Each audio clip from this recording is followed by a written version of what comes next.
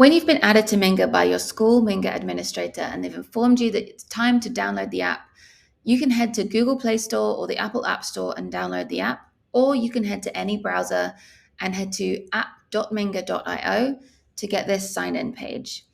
Typically, you will already sign in with Google or Microsoft at your school for other school software. So choose the same option with your school email address and it should log you straight in. If it's needing a password, that's just going to be your regular school email password.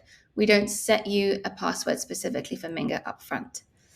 So go ahead and pick sign in. If you have any issues with sign in, just let your Minga administrator know. The first thing to check is it signing in with the correct email address?